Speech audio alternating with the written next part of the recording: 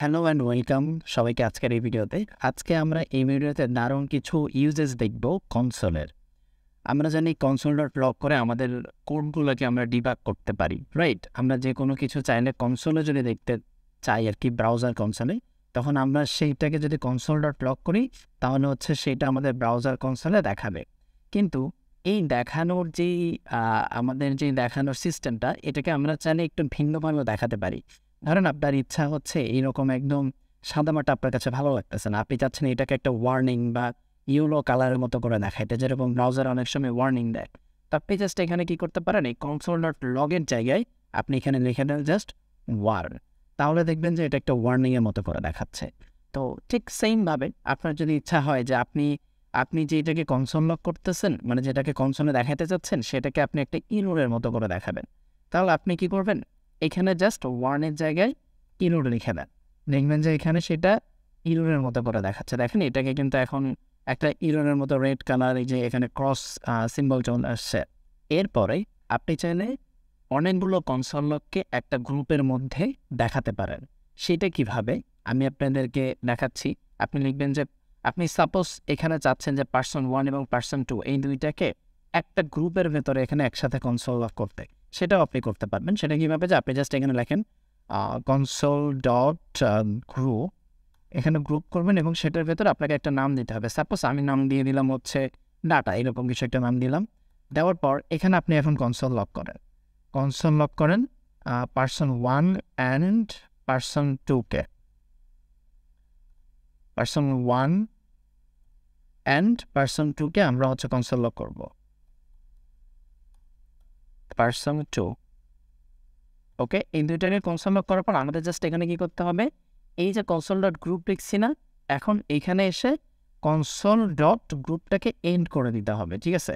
console.group and এইটা করে just দিয়ে দেন। এখন আপনি কনসোলে যদি যান, কনসোলে গেলে এখানে জাস্ট আপনি একটা রিলোড দেন, তাহলে এখানে দেখতে পারবেন যে এই যে ডাটার ভেতরে এই দুইটা গ্রুপিং হয়ে দেখাচ্ছে। দেখেন এখানে একটা হচ্ছে আপনাকে সাইন দিয়ে দিচ্ছে, এটাকে আপনি কলাপস করতে পারবেন, ঠিক আছে? চাইলে এক্সপান্ড করতে পারবেন যে এই ডাটার ভেতরে এই দুইটা হচ্ছে গ্রুপিং করে console.log হয়েছে। তো এটাও একটা মজার জিনিস কনসোলের। তো আপনারা চাইলে এটা যদি কখনো দরকার পড়ে এটা ব্যবহার করতে পারেন। এরপরে কনসোলের আরও একটি ইন্টারেস্টিং জিনিস হচ্ছে, আমরা চাইলে যে কোনো একটা ফাংশন বা আমাদের কোডের আমরা এক্সিকিউশন টাইমটা চেক করতে পারি, যে সেইটা জাভাস্ক্রিপ্ট রান করতে কতটুকু সময় নিছে। তো সেইটা চেক করার জন্য আমরা console.timeটাকে ব্যবহার করতে পারি এবং console.timeEnd এই দুইটাকে ব্যবহার করতে পারি। সেটা কীভাবে, আমরা একটু এটা চেক করে ফেলি। এখানে আমি একটা কোড লিখছি, দেখেন যে console.time, এখানে আমাকে টাইমারটা বলে দিতে হয়েছে এবং আমার এখানে একটা জাস্ট লুপ লেখা আছে, যেটা হচ্ছে সম্ভবত 1,00,000 বার পর্যন্ত চলবে, এরকম কিছু একটা।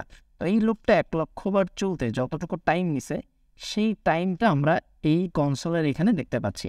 দেখেন আমি কি করছি, console.time লিখছি, এখানে একটা টাইমের মানে আপনি কী নামে এটা স্টার্ট করতে চাচ্ছেন, টাইমার বা আপনার যেই খুশি সেই নামে এখানে দিতে পারেন।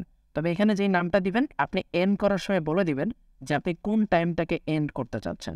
তাহলে এই টাইমটাকে, এই এন্ডের ভেতরে যতগুলো কোড থাকবে সেইটা এক্সিকিউশন করতে যতটুকু টাইম লাগবে ততটুকু টাইম এই কনসোলে আপনি দেখতে পারবেন। এরপর আমরা কনসোলের আরও একটা মজার ইউজেস দেখব, সেটা হচ্ছে অ্যাসার্ট, console.assert। সেটা দেখার জন্য আমি আপনাকে এখানে একটা এক্সাম্পল লিখছি, যে আপনার কোনো একটা নির্দিষ্ট ভেরিয়েবল বা নির্দিষ্ট কোনো কিছুর আউটপুট ভেতরে চেঞ্জ হয়েছে কিনা সেইটা আপনি অ্যাসার্টের মাধ্যমে চেক করতে পারবেন কন্ডিশনালি। যেখানে দেখেন আমার একটা ভেরিয়েবল আছে let x = 10, এরপর আমি কী করছি, console.assert লিখছি এবং সেটার ভেতরে আমি একটা কন্ডিশন দিয়েছি যে এক্সটা কি 10-এর সমান কিনা, ঠিক আছে? তারপরে দেখেন এইখানে আমার এক্সের ভ্যালুটা কিন্তু চেঞ্জ হয়েছে, x = 11 হয়ে গেছে। তারপরে console.assert আপনি সেম কন্ডিশনটাই দিবেন, চেক করবেন যে আচ্ছা আমার এক্সের ভ্যালুটা কি আগের মতোই 10 আছে কিনা। যদি থাকে, যদি ট্রু হয় তাহলে অ্যাসার্টটা কনসোলে দেখাবে না, কিন্তু যদি ফলস হয় তাহলে আপনাকে এরকম একটা ইরর দিয়ে দিবে যে assertion failed, x should be 10, ঠিক আছে? তো অনেক ক্ষেত্রে আপনার এরকম দরকার হইতে পারে যে আপনি কোনো কিছুর আউটপুট চেক করতে চাচ্ছেন যে সেটা মাঝখানে চেঞ্জ হয়েছে কিনা, যে চেঞ্জ হইলে আমাকে একটা ইরর দিবে, ঠিক আছে? তো আশা করি আপনাদের এই ভিডিওটা ভালো লাগছে। যদি ভিডিওটা ভালো লাগে তাহলে অবশ্যই চ্যানেলটা সাবস্ক্রাইব করবেন এবং আমি চেষ্টা করবো এই ধরনের ইন্টারেস্টিং কিছু জিনিস আপনাদের সাথে শেয়ার করার জন্য, যেটা আমি নিজে শিখবো এবং আপনাদেরও শেখাবো।